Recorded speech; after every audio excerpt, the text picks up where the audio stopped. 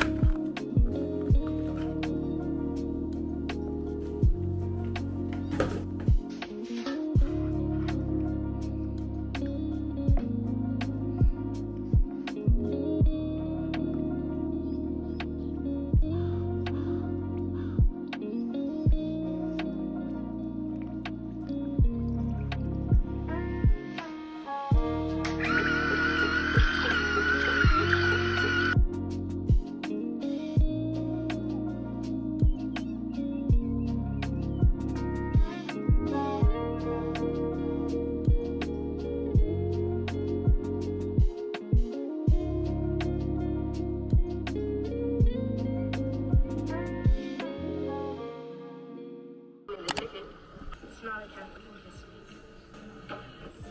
Nope. I'll go warm it up for you. I can hear it cold. Oh, fine. Okay. We've been going out for a little while, so evening.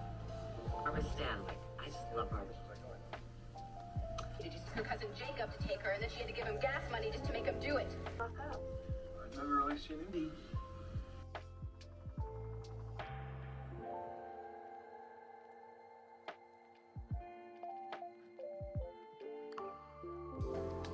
Oh, your body looks amazing. Wait, you know him? He invited me to be his guest at Camp Allen this weekend. Yeah. Actually, or since then. Besides Nate, he's probably the only good guy. But why are you coming clean now? Well, can I know